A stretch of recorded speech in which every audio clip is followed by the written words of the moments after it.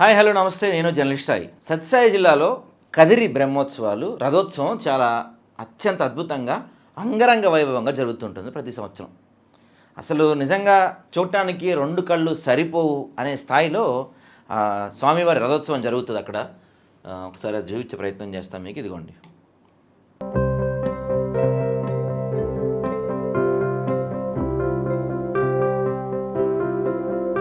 So ఈ స్థాయిలో రథోత్సవం జరుగుతుంది. స్వామివారి రథోత్సవం భక్తులందరూ కూడా పెద్ద ఎత్తున ఇక్కడికి భారీ స్థాయిలో భక్తులు తరలి వస్తారు. చాలా అద్భుతంగా జరుగుతుంది అనమాట ఇక్కడ.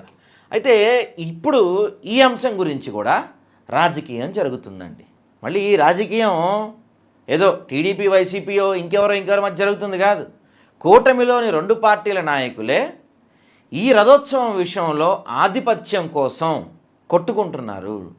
వస్తే ఆ రథోత్సవానికి నువ్వు వస్తే చంపేస్తానని ఒక నాయకుడు అంటాడు, నువ్వు చంపినా పర్లా నేను వస్తాను చూసుకుందామని ఇంకొక నాయకుడు అంటున్నాడు.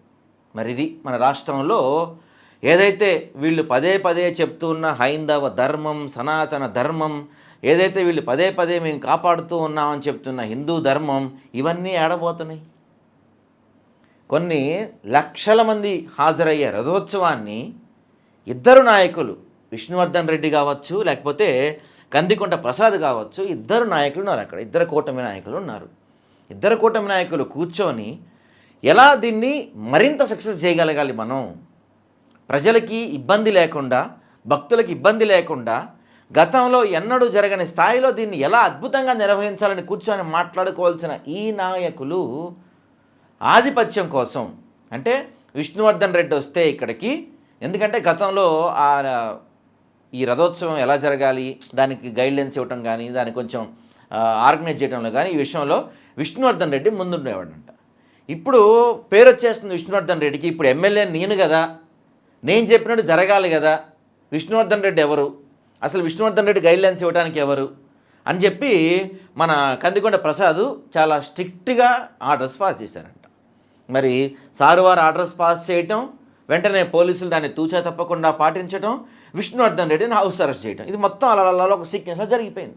ఇప్పుడు విష్ణువర్ధన్ రెడ్డి ఏమంటాడు, నేను ఈ అంశాన్ని కూటమి పెద్దలకి బీజేపీ అధిష్టాన దృష్టికి తీసుకెళ్తా అని ఈయన అంటారు. ఆయన అంటారు, నువ్వేమన్నా చేసుకో కందికొండ ప్రసాద్, నువ్వేమన్నా చేసుకో, నిన్ను మాత్రం హౌస్ అరెస్ట్ చేయిస్తున్నా, నువ్వు మాత్రం రథోత్సవానికి రావు, ఎట్లా వస్తావో నేను చూస్తాను, వస్తే ఒకవేళ ఈ హౌస్ అరెస్ట్ కూడా దాటుకొని వస్తే అక్కడ వేసేయండి అని చెప్పి మనుషుల్ని కూడా పెట్టిండంట ఆయన. నువ్వు వేసినా పర్లేదు, నేను వచ్చి ఆడకొచ్చి చచ్చిపోతా అని చెప్పి ఈయన. ఏం జరుగుతుంది రాష్ట్రంలో? ఇదేంటిది? ఇది నిజంగా ఒక రథోత్సవం జరిగే వాతావరణంలో జరగాల్సిన పరిణామాలా ఇవి? రథోత్సవాన్ని ఎలా అద్భుతంగా చేయాలి, స్వామివారి పవిత్రతను ఎలా కాపాడాలి, ప్రజలకి ఎలా చేయాలి, ఇంకా వైభవంగా ఎలా నిర్వహించాలి అని జరగాలి కదా చర్చ. యాక్చువల్గా అయితే ఇద్దరు నాయకులు ఉన్నారు, ఇద్దరు కూటమి నాయకులు ఉన్నారు అక్కడ. మీరే చెప్తున్నారు కదా, ఇంకో 15 ఏళ్ళు 20 ఏళ్ళు కలిసి ఉంటాము, అసలు కూటమి బంధం ఫెవికాల్ బంధం, మా మధ్య విడదీయరాని బంధం ఉంటుందని చెప్పి మీరే ఊగిపోతే చెప్తున్నారు కదా. మరి ఏది? రాష్ట్ర వ్యాప్తంగా అన్ని చోట్ల ఇంతే ఉంది.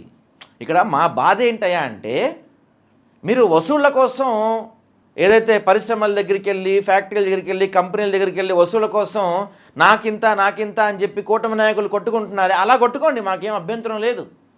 వసూళ్ల కోసం మీరు కొట్టుకోండి, మాకు ఎటువంటి అభ్యంతరం లేదు. కానీ అత్యంత పవిత్రంగా నిర్వహించే ఇలాంటి స్వామివారి రథోత్సవాల్లో, అత్యంత విశ్వసనీయమైన ప్రజలు భావించే నరసింహస్వామి రథోత్సవంలో ఇలాంటి కొట్లాటలు మేము సహించాం, ఖచ్చితంగా మేము సహించాం. మీరు మీ వసూళ్ల కోసం, మీ కమిషన్ల కోసం కొట్టుకోండి, మాకు ఎటువంటి అభ్యంతరం లేదు. కానీ దేవుడి విషయంలో కూడా దట్టు బీజేపీ నాయకులు హిందుత్వం కోసమే మా పార్టీ, హిందువుల కోసమే మా పార్టీ అని చెప్పుకునే బీజేపీ నాయకులు, టీడీపీ నాయకులు మీ ఆధిపత్యం కోసం, మీ పై చేయి కోసం ఇదా చేసేది? ఇదా మీ కూటమి ఐక్యత? ఇదేనా మీరు 15 ఏళ్ళు 20 ఏళ్ళు కలిసి ఉంటామని చెప్తుంది? గట్టిగా తిప్పికొడితే 2 సంవత్సరాలు కాలేదు మీది. ఇంకా దేవుడి విషయంలో రాజకీయాల. విష్ణువర్ధన్ రెడ్డి వెళ్తే ఆయనకి పేరు వచ్చేస్తుందేమో, ఆయనకి మంచి హైప్ వస్తుందని ఈయన, వెళ్ళకపోతే ఆయనకి హైప్ వస్తుందని ఈయన. ఇద్దరు ఎవరు, నేను ఇద్దరిలో ఎవరిని సపోర్ట్ చేయట్లా, ఎవరు సిద్ధపోసలు కాదు ఇక్కడ. వీళ్ళ స్వప్రయోజనాల కోసం, వీళ్ళ రాజకీయ ప్రయోజనాల కోసం ప్రశాంతంగా జరగవలసిన ఒక రథోత్సవాన్ని పోలీసుల బందోబస్తు మధ్య, పోలీసుల పెట్రోలింగ్ మధ్య జరుగుతుంది. విష్ణువర్ధన్ రెడ్డిని హౌస్ అరెస్ట్ చేయాల్సిన అవసరం ఏముంది ఇప్పుడు ఇక్కడ? ఎందుకు ఆయన వెళ్తే ఏమన్నా అక్కడ లా అండ్ ఆర్డర్ సమస్య దెబ్బతింటుందా, లేకపోతే అక్కడ ఏం జరుగుతుందా ఆయన హౌస్ అరెస్ట్ చేయాలి? ఏ కారణంతో ఆయన హౌస్ అరెస్ట్ చేస్తున్నారు మీరు? ఇదే కూటమి నాయకులు మరి దీనికి సమాధానం చెప్పాలి. నేను చెప్తున్నా కదా, మిగతా విషయాల్లో అయితే ఓకే, దేవుడి విషయంలో కూడా అన్న గతంలో మీరే తిరుమల లడ్డు విషయంలో అపవిత్రం జరిగిపోయింది, అమ్మో ఇంకా అసలు రాష్ట్ర వ్యాప్తంగా ఆలయాల విషయంలో అపవిత్రం జరిగిపోతుంది, మేము వచ్చాక మొత్తం నీట్గా ఉంచుతాం, క్లీన్గా ఉంచుతాం అని చెప్పిన మీరే రాజకీయ వ్యవహారాల్లో దేవుణ్ణి తీసుకొస్తున్నారు. ఇప్పుడు మీరు ఎంతో పవిత్రంగా జరగాల్సిన ఈ రథోత్సవంలో మీ రాజకీయ అవసరాల కోసం, మీ రాజకీయ కుట్రల కోసం, మీ ఆధిపత్య ధోరణి కోసం మొత్తం ప్రశాంతంగా భక్తుల ఆనందోత్సవాల మధ్య జరగాల్సిన ఈ రథోత్సవం పోలీసుల పహారాల మధ్య, హౌస్ అరెస్టుల మధ్య జరుగుతుంది. ఎందుకు ఈ కర్మ ఆంధ్ర రాష్ట్ర ప్రజలకి, కదిరి నియోజకవర్గ ప్రజలకి ఎందుకు ఈ కర్మ? ఎంతో గొప్పగా వాళ్ళు ప్రతి ఇయర్ చేసుకుంటారు కదా, మరి ఈ సంవత్సరం ఎందుకు? ఏడగపోయారు పవన్ కళ్యాణ్ గారు, చంద్రబాబు నాయుడు గారు, కూటమి కలిసి ఉంటుంది, కూటమి ఐక్యత ఉంటుంది అని చెప్తున్నారు కదా, ఇదేనా కూటమి ఐక్యత? ఇదేనా మీరు హిందువులపైన, హిందూ దేవుళ్ళపైన మీకున్న నమ్మకం, మీకున్న విధానం ఇదేనా అని ప్రజలందరూ కూడా మాట్లాడుకుంటున్నారు ఈరోజు కదిరి నియోజకవర్గంలో. ఇద్దరు నాయకులు ఉన్నారు, ఈ సంవత్సరం ఇంకా బాగా జరిగిందని ఎక్స్పెక్ట్ చేశాం, కానీ ఎప్పుడు లేని స్థాయిలో ఈ పోలీస్ పహారాలు, ఈ పోలీస్ అరెస్టులు ఇదంతా ఏంటని చెప్పి ప్రజలందరూ కూడా ముక్కును వేలేసుకునే పరిస్థితి కనిపిస్తుంది మనకి.